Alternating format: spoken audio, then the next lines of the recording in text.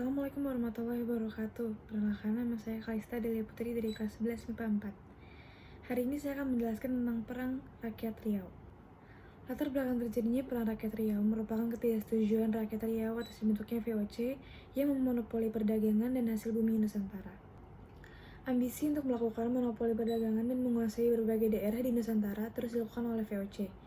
Di samping menguasai Malaka, VOC juga mulai mengincar Kepulauan Riau. Dengan politik pecah belah, VOC mulai berhasil menanamkan pengaruhnya di Riau. Kerajaan-kerajaan kecil seperti Siak, Indragiri, Rokan, dan Kampar semakin terdesak oleh pemaksaan monopoli dan tindakan sewenang-wenang dari VOC. Oleh karena itu, beberapa kerajaan mulai melancarkan perlawanan. Salah satu contoh perlawanan di Riau adalah perlawanan yang dilancarkan oleh Kerajaan Siak Sri Indrapura. Raja Siak, yaitu Sultan Abdul Jalil Rahmat Shah, memimpin rakyatnya untuk melawan VOC. Setelah berhasil merebut Johor, kemudian ia membuat benteng pertahanan di Pulau Bintan. Dari pertahanan di Pulau Bintan ini, pasukan Sultan Abdul Jalil mengirim pasukan di bawah komando Raja Lela Muda untuk menyerang Malaka. Dalam suasana konfrontasi dengan VOC itu, Sultan Abdul Jalil Rahmat Shah wafat. Sebagai gantinya, diangkatlah putranya yang bernama Muhammad Abdul Jalil Muzaffar Shah. Raja ini juga memiliki naluri seperti ayahandanya yang ingin selalu memerangi VOC di Malaka. Dan sebagai komandan perangnya adalah Raja Indra Pahlawan. Sebagai strategi menghadapi serangan Raja Siak, VOC berusaha untuk memutus jalur perdagangan menuju Siak.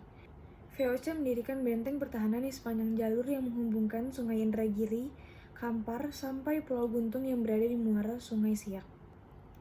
Kapal-kapal dagang yang akan menuju Siak ditahan oleh VOC. Hal ini merupakan pukulan bagi Siak. Oleh karena itu, segera dipersiapkan kekuatan yang lebih besar untuk menyerang VOC. Sebagai pucuk pimpinan pasukan, dipercayakan kembali kepada Raja Indra dan Panglima Besar Tengku Muhammad Ali. Dalam serangan ini diperkuat dengan kapal perang Harimau Buas yang dilengkapi dengan lancang, serta perlengkapan perang secukupnya. Terjadilah pertempuran sengit di Pulau Guntung. Ternyata benteng VOC di Pulau Guntung itu berlapis-lapis dan dilengkapi oleh meriam-meriam besar.